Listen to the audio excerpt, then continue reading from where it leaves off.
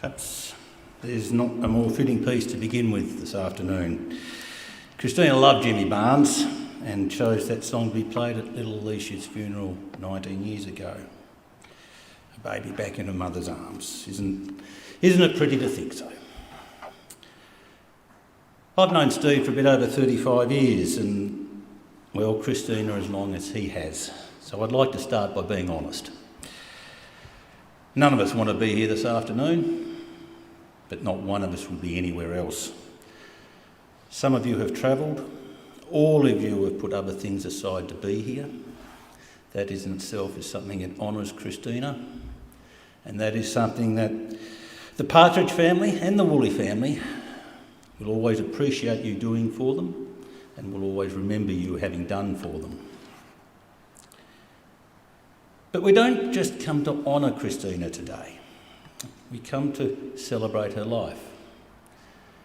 Having said that, when someone is taken from us, as Chris has been, at an age by anyone's standards is way, way too young, we understandably may not be as comfortable with the whole concept of today being a celebration of life. Heart-scalding grief, deep hurt, disbelief, perhaps even immense anger. These are more likely to be a few of the words and phrases which are more associated with thoughts of Kristina at this time. But hidden away in all that pain and all that sorrow, there is still something undeniably there to be celebrated. It's funny, the uniqueness of each human life is the very basis of our grief in bereavement. But at the same time, that's the very thing which has to be celebrated. You look through the whole world, there's no one the same as Chris, and nor will there ever be. And that's why she has affected our lives like no one else ever can. So it is incumbent upon us then to celebrate that life, and in doing so, acknowledge the difference that life has made in our own. So to begin doing that, Steve, Josh, Isabel and Ez are going to come and place some symbols on the casket representing some of the things which meant so much to Kristina during her life.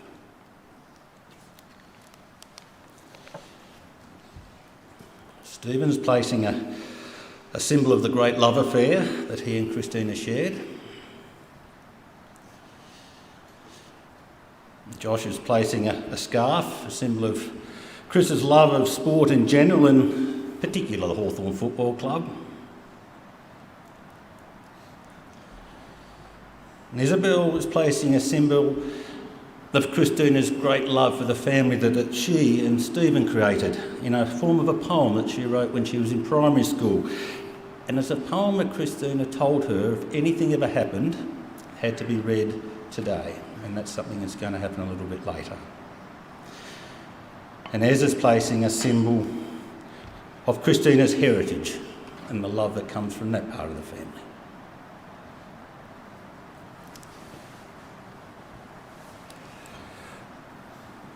When I sat down with Paddy and Isabel and Josh and Rachel, who's become so much more a part of the family during this week, I asked about the eulogy. Steve said he'd been up early in the morning and had been writing. He'd given those words to Josh to type up, and I was to use that to tell just some of Chris's story.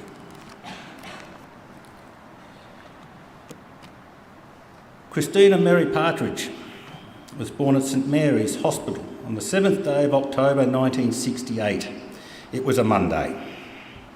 Father Brian, or Bulge as he was affectionately known by many here today, was a good old school country copper, stationed at Rossarden, but was in the process of being transferred to Westbury.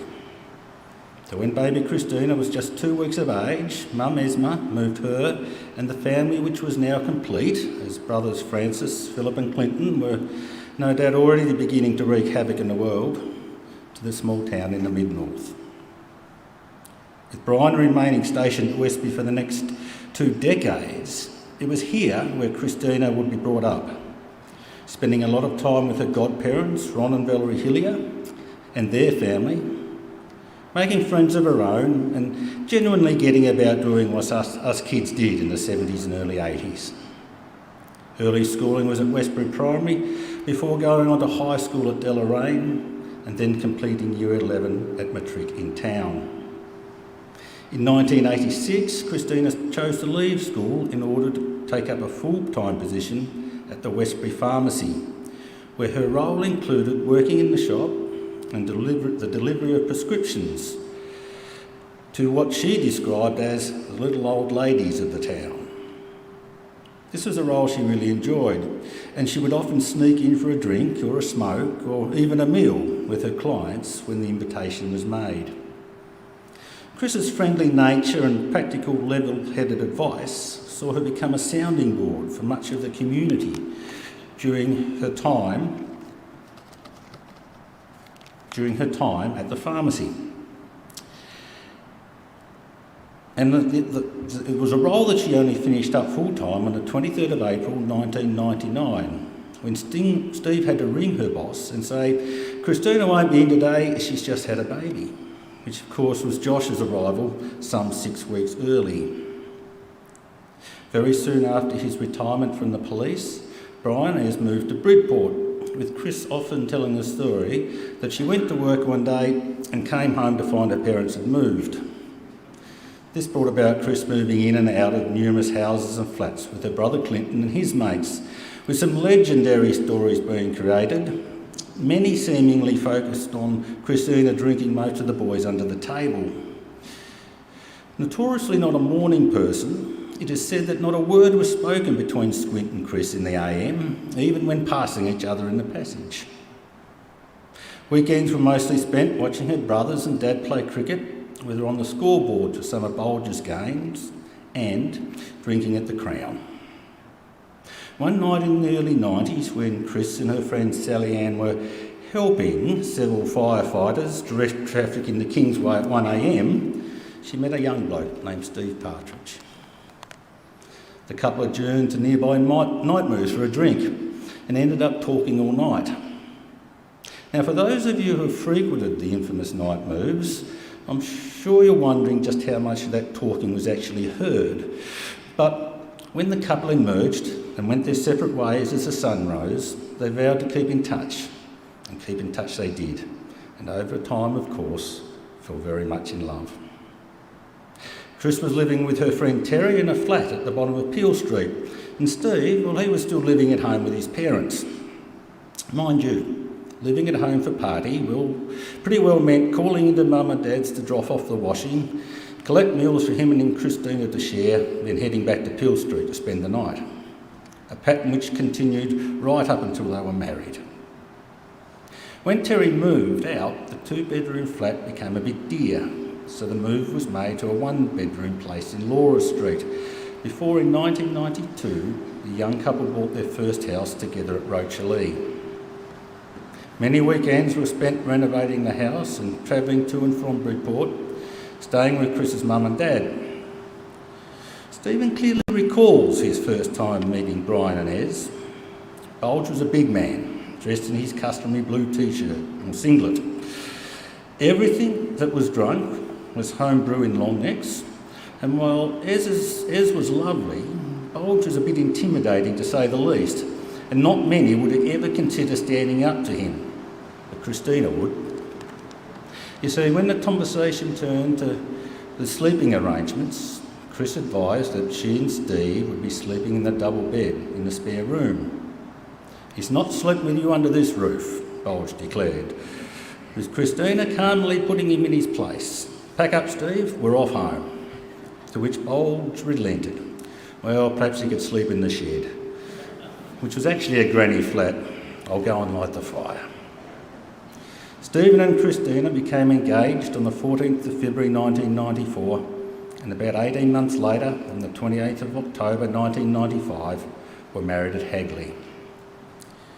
During their 6 years at Rochalee, the young couple managed to purchase a block of land in Lagana and a camper van. They put the house on the market in 1997 with the grand plan of selling up and travelling to the mainland for 6 months. But with the housing market flat, the house just didn't sell. So after 9 months of waiting, they packed up anyway and did a shortened 3-month trip. There were friends in Alice Springs, Bunbury and Kalgoorlie to visit, so they trekked from Melbourne to Adelaide, to Alice Springs to Katherine, across to the WA coast and down the coast to Esperance and back across the Nullarbor. It was an amazing trip and one which they planned to do again together one day. As sometimes things work out, the day Party and Chris arrived back in Tassie, the house at Rochalee had sold. They built a shed and put a caravan and annex on the block at Lagana in which to live while they were building, and Kristina, now pregnant with Josh, was travelling to and from Westbury each day for work. House plans were drawn up and they were ready to build, so they went looking through open homes for interior design ideas when they stumbled across a house in Eccleston Road. It was perfect, but well out of their price range. But just on the off chance, they put in what they thought was a ridiculous offer, only to have it accepted. And so it was that 40A Eccleston Road was to become the Partridge family home and remains so until this very day. As mentioned, Josh arrived 6 weeks early in April of '99, and after seeing him through several operations as a babe, Kristina gave birth to Alicia in an awful hurry on the 15th of January 2002. Now, she was only 4 weeks early this time, but Chris and Steve only got as far as the garage when Alicia decided to arrive, with the couple delivering her safely at home at 3 o'clock on a Tuesday morning. Tragically, of course, Alicia's time here with us was destined not to be long, and she passed on the 22nd of the same year, aged just 8 months. And while, of course, that led the young family to walk through some very dark places, a bright ray of sunshine was to arrive with Isabel Grace on the 2nd of October 2005. Bell's arrival did, however, have Party hit speeds of 140 kilometres an hour through Riverside on the way to the hospital because, as he put it, there's no way I was delivering another one. Kristina simply lived for her children and was always so supportive of whatever they chose to do.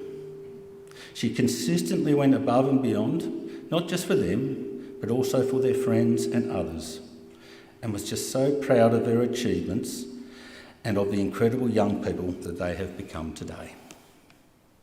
This supportive nature saw Kristina take on the role of unofficial team mum on many of the interstate and international badminton tournaments Steve has been manager of. A trip to New Zealand in 2014 was of special significance as Chris had the opportunity to meet up with pen pal Fiona Corrigan, who had been corresponding with for over 30 years and who was in touch just a couple of weeks ago. Trips to Melbourne for sporting events were frequent, and the last big family holiday was to Queensland in 2019 to celebrate Steve's 50th. A Sydney holiday had been planned for this July, but old mate COVID put a paid to that. But despite COVID interrupting normal life last year, as much as she would hate to admit it, Kristina really enjoyed spending time with her family during the work from home period, a time which is now so precious and never be forgotten. Now, the final page of Steve's notes was a series of dot points, which was simply headed Kristina Mary. Now, a few of those were incorporated into the story that you've just heard, but I was left with these. And I think, perhaps, they are the very essence of Kristina. She was dealt a pretty shit hand by life at times, but has always soldiered on, such a strong, resilient person. Stubborn. Pig-headed, very, very shy, which sometimes came across as aloof, caring, extremely strong, amazing, awesome, my rock, always, always there for me. Whilst our marriage was not always plain sailing, we were there for each other through some very dark times. I loved her and she loved me. I miss you, sweetheart.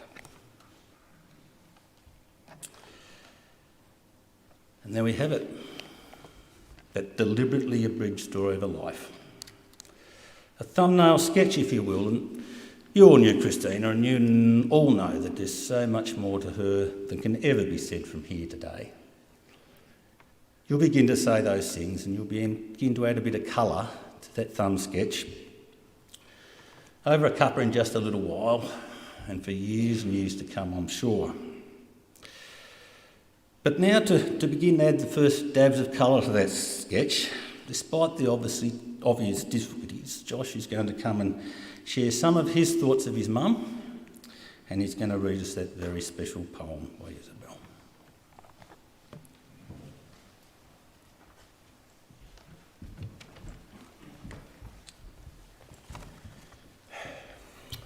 I think all of my mates and anyone who knew Mum will agree that Isabel, Alicia and I were so incredibly lucky to have a mother so caring and proud of us. Although we would have loved to have longer, we will cherish the memories and will never forget them. After Mum passed, she looked content. She knew that in her final moments, both Isabel and I were doing things we'd worked our asses off for, me with work and Isabel with... And I bet that she's sitting up there right now, looking over us with Pop and Alicia, telling us off for making such a fuss. Thanks, Mum. This is Isabel's poem that she wrote when she was in primary school. Family. All tied together by one word, love. Through thick and thin, even if it seems lost, it's there. In your heart, in your soul, love is there. But no matter what, it's there. It always has and always will.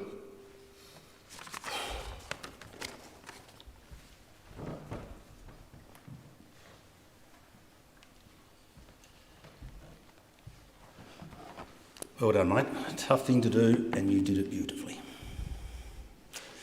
And now Anna's going to come and tell us... A daughter, a sister, an auntie, a cousin, a niece, a friend, to me, my wonderful Auntie Chris. Today we remember Kristina for the amazing person she was and reflect upon the lasting impression that she has made in our hearts and in our lives. She loved strongly, felt hard, and always held on to hope for a better tomorrow. She has taught me a lot of important things. She's taught me never to trust Uncle Stephen to put Vegemite on my toast. She's taught me how to shot a B-52. But most importantly, she has taught me how important family was and the concept of unconditional love. I've never met a more committed mother, wife, daughter or friend. Josh, Alicia, Isabel and Uncle Stephen were her everything, her reason and her meaning of life. We know the Partridges shared a bond like no other, a family unit that I've witnessed in the last week, band together as a team to support each other through one of the hardest times they will ever.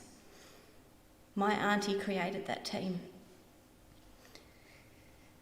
She loved her mum and dad with all her heart and loved her big brothers, even though she would more often than not refer to them as bloody Squint, bloody Philip and bloody Francis. In a little sister's eyes, your big brothers are your heroes, and that was certainly what they were to her. She loved her nieces and nephews dearly and would move mountains for us if we needed her to.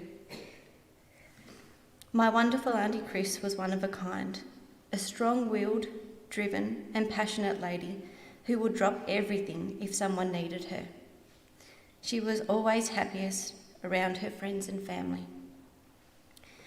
There will be a hole in our lives that will never be filled, but I feel grateful today for I can reflect upon our wonderful memories that we shared. I can still hear her voice and see the look she would give me peering up from her glasses when I'd ask, "What are you having for tea?" With her knowing full well that if it was better than my option, I'd be staying. Or the eye roll she'd give me when I'd say, "Can you keep a secret?" I hope she is at peace now with her darling Alicia back in her arms and sharing a Swan and Coke with her dad. A mother, a wife, a daughter, a sister, an auntie, a cousin, a niece, a friend. To me, she will forever be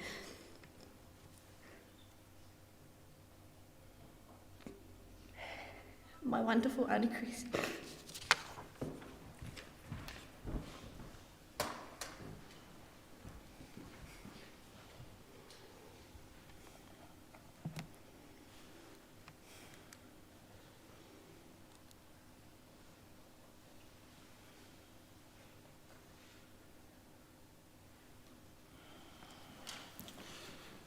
Beautifully said, sweetie.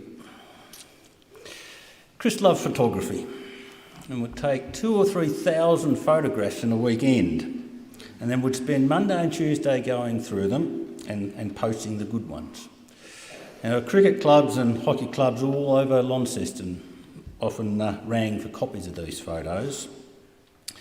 And of course, photos are something that can evoke some pretty wonderful memories and some pretty wonderful stories. Party, Ez and the kids have chosen these to share with us today, so please enjoy them.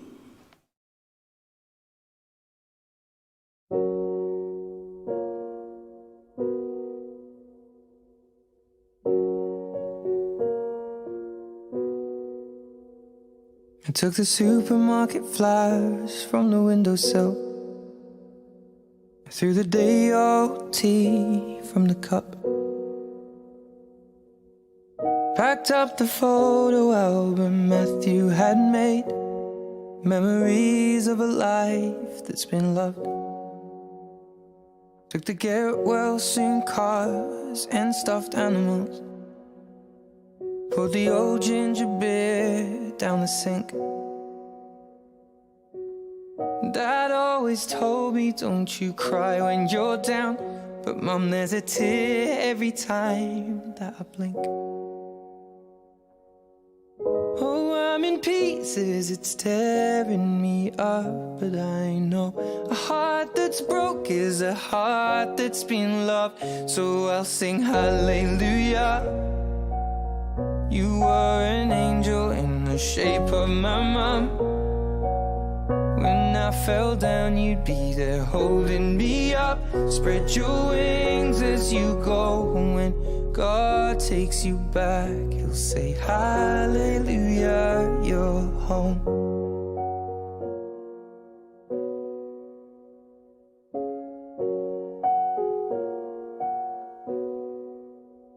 I fluffed the pillows, made the bed, stacked the chairs up, folded your nightgowns neatly in a case. John said he'd drive, then put his hand on my cheek and wiped a tear from the side of my face. And I hope that I see the world as you did, 'cause I know a life with love is a life that's been lived. So I'll sing hallelujah. You were an angel in the shape of my mum.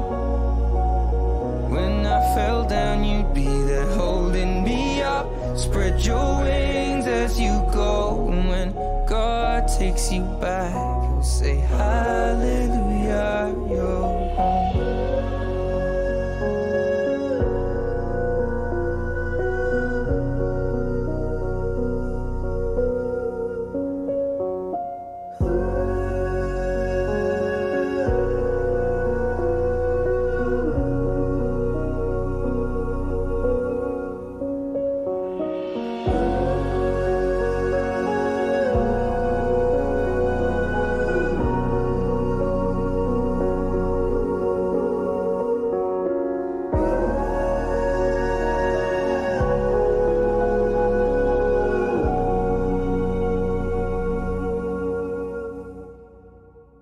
Hallelujah. You were an angel in the shape of my mum. You got to see the person I have become. Spread your wings, and I know that when God took you back, He said hallelujah, you're home.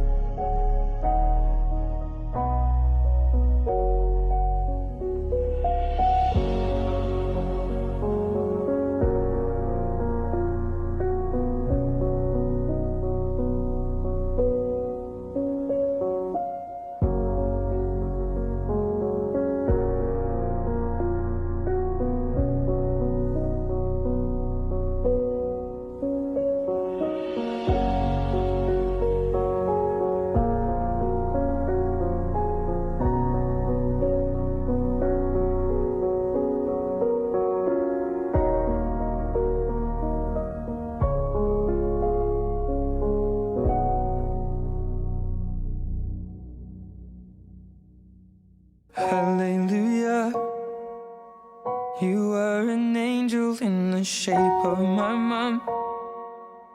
You got to see the person I have become.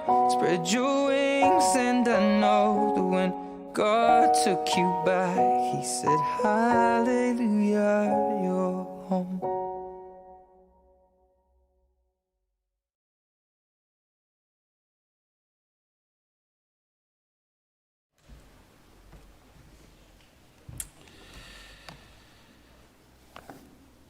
It was Phaedo who said on witnessing the death of his friend and mentor Socrates, "And I covered mine eyes and wept, not for him, but at the thought of my own calamity of having to go on without such a friend." And I've little doubt there's many people in this room today facing that very same calamity. And a couple of thousand years later, in 1992, an English poet named David Harkin penned this piece, and it speaks to how we might deal with it.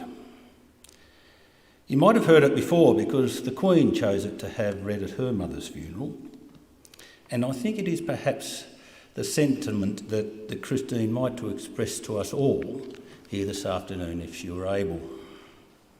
It's called She Is Gone. You can shed a tear that she is gone, or you can smile because she has lived.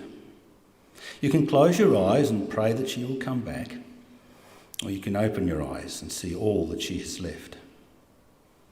Your heart can be empty because you can't see her, or you can be full of a love that you shared. You can turn your back on tomorrow and live yesterday, or you can be happy for tomorrow because of yesterday. You can remember her and only that she is gone, or you can cherish her memory and let it live on. You can cry, close your mind, be empty and turn your back, or you can do what she would want. Smile, open your eyes, love, and go on. And as we prepare to go on, we now come to perhaps the hardest part of our time together this afternoon, as we say our final goodbye to Kristina, and together we commit her mortal remains into cremation. Now, I've said this before at funerals, but I'm not afraid to repeat it because I believe it to be true. The words final goodbye and committal, well, they do sound very final. A closing, an ending perhaps. But I would encourage you that this is not an ending, because it's not the end. It's not the end for Kristina's spirit. Her spirit goes on, and it just doesn't go on in the mannerisms or the characteristics that you might see in Josh or in Isabel, or in the character traits that define them, or the morals that she has instilled in them. She goes on with us in so many everyday little things as well. She goes on when we simply mention her name. She goes on when we raise a glass to her at Christmas time at her other functions. She goes on when you just can't help that smile creeping across your face when you think of something that she did or something that she said. She goes on when we share something she has taught us, or we use something that she has given us. She goes on in the very differences that she has made in our lives. So with that in mind, if you're up to it, would you please stand with me as together we make this committal.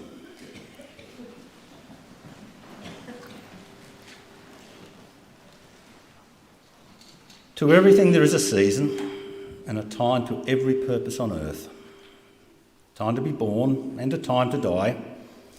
Here in this final act, in sorrow but without fear, in love and in appreciation of what she leaves behind, and with the confidence that her spirit lives on within us, we, her family and friends, commit the mortal remains of Kristina Mary Partridge unto a natural end. Now please, leave this place comforted in the fact that Kristina has found her place in the annals of history. A baby has found her place back in her mother's arms, and that Kristina's spirit will forever go on while she is remembered by you and by yours.